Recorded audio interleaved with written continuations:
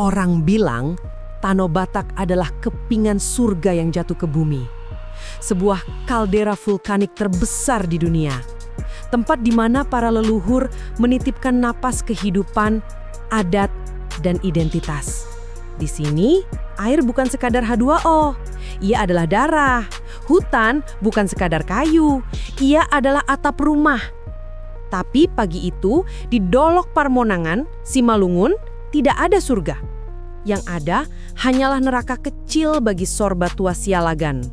Seorang kakek berusia lanjut, seorang raja huta, ketua adat yang dihormati, diseret dari tanahnya sendiri layaknya seorang kriminal kelas kakap. Bayangkan, di usia senjanya, saat ia seharusnya menimang cucu dan menjaga ritus adat, ia justru dipaksa masuk ke mobil tahanan. Kesalahannya, ia menanam ubi, jahe, dan merawat pohon kemenyan di atas tanah yang sudah dikelola keluarganya selama 11 generasi, jauh sebelum republik ini berdiri. Namun, di mata hukum negara yang kaku dan peta konsesi korporasi, Sorbatua adalah penyerobot. Ia adalah ancaman bagi investasi. Inilah realitas pahit yang tersembunyi di balik megahnya industri bubur kertas global.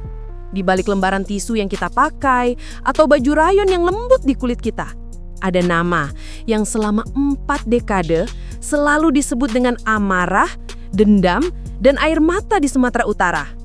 PT Toba Pulp Lestari. Ini bukan sekadar konflik agraria biasa. Ini adalah kisah tentang sejarah berdarah Indo-Rayon, tentang bencana ekologis yang terus berulang, hingga putusan bersejarah Mahkamah Agung di tahun 2025 yang akhirnya mengguncangkan raksasa ini hingga ke akarnya.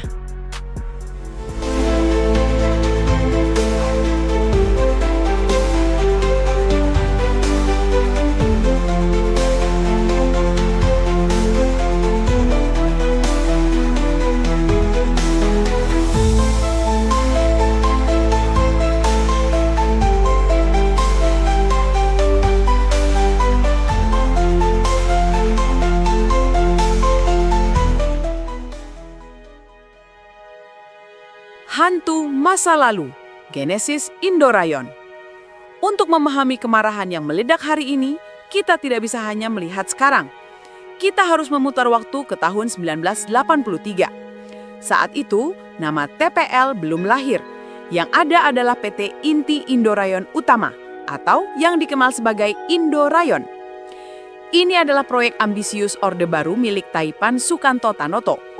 Di masa itu, sentralisasi adalah raja. Izin diberikan langsung dari Jakarta, diteken di atas meja birokrat yang mungkin belum pernah menginjakan kaki di Porsea. Mereka tidak pernah bertanya pada Raja Bius atau tetua adat yang menjaga tanah leluhur.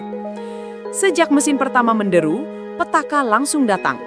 Warga Porsea mulai mencium bau busuk yang menyengat, bau khas pengolahan pulp yang menusuk hidung siang dan malam.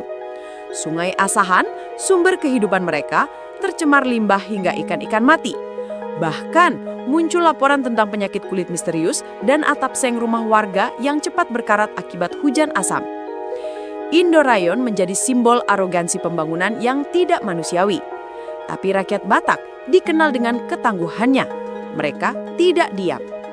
Puncaknya tahun 1998 dan 1999, seiring runtuhnya Orde Baru, kemarahan itu tumpah tak terbendung. Porsea berubah menjadi medan perang. Warga memblokade jalan, ibu-ibu bertelanjang dada menghadang truk sebagai bentuk protes tertinggi, dan darah tumpah di tanah sendiri. Mahasiswa dan warga bersatu. Tekanan itu begitu hebat, hingga Presiden Abdurrahman Wahid, Gus Dur, dengan nurani kemanusiaannya mengambil langkah berani merekomendasikan penutupan pabrik ini. Gus Dur melihat bahwa tidak ada investasi yang sebanding dengan tetesan darah rakyatnya. Tapi di negeri ini, uang dan modal seringkali memiliki napas yang lebih panjang daripada moral. Penutupan itu ternyata hanya jeda iklan. Di era Presiden Megawati tahun 2003, dengan alasan iklim investasi dan tenaga kerja, pabrik ini diizinkan beroperasi kembali.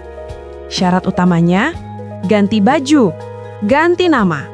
Indo-Rayon pun dinyatakan mati dan lahirlah PT Toba Pulp Lestari. Nama berubah, citra dipoles dengan kata lestari, program CSR disebar, Tapi bagi Opung dan Ineng di kampung-kampung sekitar Danau Toba, monster itu tetap sama. Hanya warnanya saja yang berbeda. Mesin raksasa dan gurun hijau. Apa sebenarnya yang mereka kejar?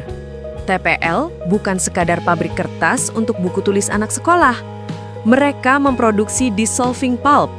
Ini adalah komoditas mahal, bahan baku utama serat rayon untuk industri tekstil dan mode global.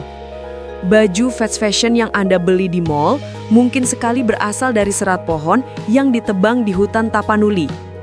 Untuk memenuhi target produksi ratusan ribu ton per tahun, mesin raksasa TPL butuh makan. Makanannya adalah kayu dalam jumlah yang masif. Dan untuk memberi makan mesin itu, mereka menguasai konsesi hutan tanaman industri atau HTI seluas hampir 168.000 hektar. Bayangkan, luas ini lebih dari 2,5 kali lipat luas wilayah DKI Jakarta, tersebar di 12 kabupaten. Disinilah bencana ekologis bermula. TPL menanam eukaliptus. Tanaman ini adalah tentara industri, tumbuh cepat, lurus, dan efisien. Tapi ia rakus air. Para ahli lingkungan dan petani lokal memiliki istilah untuk perkebunan monokultur ini, gurun hijau. Terlihat hijau dari satelit, tapi mati di dalamnya. Sifat alopati dari eukaliptus membuat tanaman lain sulit tumbuh di sekitarnya. Di mana eukaliptus tumbuh monokultur, di situ mata air warga mengecil, sawah di hilir mengering, dan yang paling menyakitkan, hutan kemenyan mati. Bagi orang Batak, kemenyan atau haminjon bukan sekadar komoditas ekonomi. Sejak berabad-abad lalu, kemenyan dari tanah Batak sudah diekspor hingga ke Timur Tengah dan Mesir kuno. Haminjon adalah nafas, identitas, dan tabungan leluhur. Pohon ini tidak ditanam seperti jagung. Ia tumbuh bersama hutan alam. Ketika hutan kemenyan dibabat dan diganti dengan eukaliptus, itu sama saja dengan menghapus sejarah sebuah marga. Itu adalah penghinaan terhadap warisan nenek moyang. Dan inilah yang memicu perlawanan sengit dari masyarakat adat. Semua ketegangan sejarah dan ekologi itu memuncak pada sosok Sorbatua Sialagan. Ketua komunitas masyarakat adat, Ompu Umbak Sialagan ini menjadi martir. TPL dan aparat hukum menggunakan senjata klasik, peta kawasan hutan negara. Logika mereka sederhana dan positivistik. Ini tanah negara yang kami pinjam izinnya. Siapapun yang ada di situ tanpa izin kami adalah ilegal. Tidak peduli apakah keluarga Sorbatua sudah ada di sana sebelum Indonesia merdeka. Sorbatua divonis bersalah di pengadilan tingkat pertama.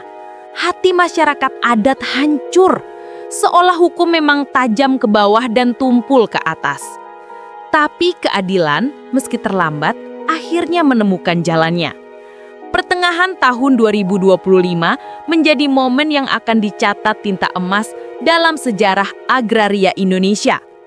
Mahkamah Agung mengeluarkan putusan yang mengguncang korporasi dan Kementerian Kehutanan. Kasasi jaksa ditolak. Sorbatua Sialagan divonis bebas murni. Ini bukan sekadar bebas dari penjara. Ini adalah kemenangan nalar. Hakim Mahkamah Agung menegaskan sebuah prinsip penting. Masyarakat adat memiliki hak asal-usul yang harus dihormati.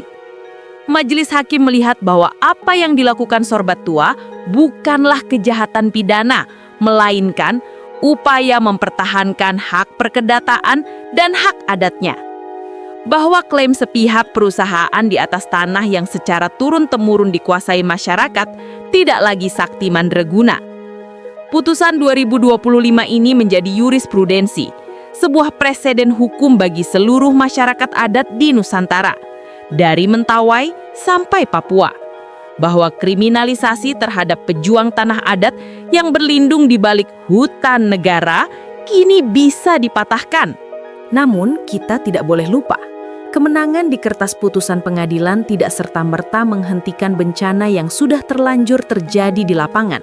Ingatkah kita pada horor di Simangulampe, Humbang Hasundutan, akhir tahun 2023 dan awal 2024? Banjir bandang itu tidak membawa air saja, tapi membawa batu-batu sebesar gajah, menghantam gereja, sekolah, dan rumah warga. Nyawa melayang. keluarga kehilangan tempat berteduh. Walhi Sumatera Utara dan para ahli geologi dengan tegas menunjuk hidung. Deforestasi di hulu adalah biang keroknya. Struktur tanah kaldera Toba yang curam tidak dirancang untuk tanaman industri berakar serabut. Ketika hutan alam penyangga ditebang, tanah kehilangan daya cengkramnya. Meskipun perusahaan selalu membantah dan menyalahkan curah hujan ekstrim, logika ekologis sulit dibantah. Tekanan publik yang masif pasca bencana dan vonis bebas sorba tua memaksa pemerintah baru di bawah Presiden Prabowo Subianto untuk bertindak. Di tahun 2025 ini, Kementerian Kehutanan akhirnya mengonfirmasi. Sedang dilakukan evaluasi menyeluruh terhadap izin konsesi TPL. Pertanyaannya sekarang, apakah izin mereka akan dipangkas atau ini hanya retorika politik penenang masa semata? Kita berdiri di persimpangan jalan yang krusial. Di satu sisi, TPL mengklaim memberikan lapangan kerja, pajak bagi negara, dan devisa. Mereka membangun jalan dan memberikan beasiswa. Argumen pembangunan selalu ada. Tapi kita harus bertanya dengan jujur, berapa harga yang pantas untuk sebuah kerusakan ekologis yang permanen? Berapa harga untuk hilangnya situs adat dan makam leluhur yang tak tergantikan oleh uang ganti rugi manapun? Gerakan tutup TPL bukan lagi sekedar teriakan aktivis lingkungan pinggiran. Ia telah menjadi seruan moral dari mimbar gereja, dari ruang kuliah mahasiswa, hingga obrolan ibu-ibu di pasar. Putusan Mahkamah Agung 2025 telah membuktikan satu hal, negara selama ini abai. Sudah lebih dari 30 tahun drama ini berlangsung. Dari Indorayon hingga TPL. Narasinya selalu sama, pembangunan butuh pengorbanan. Tapi kenapa yang selalu dikorbankan adalah rakyat kecil? Kenapa yang dikorbankan adalah kelestarian Danau Toba? Tanah Batak adalah identitas. Jika tanah itu rusak, kemana lagi mereka akan pulang? Sudah saatnya Tanah Batak kembali menjadi surga, bukan neraka bagi penghuninya.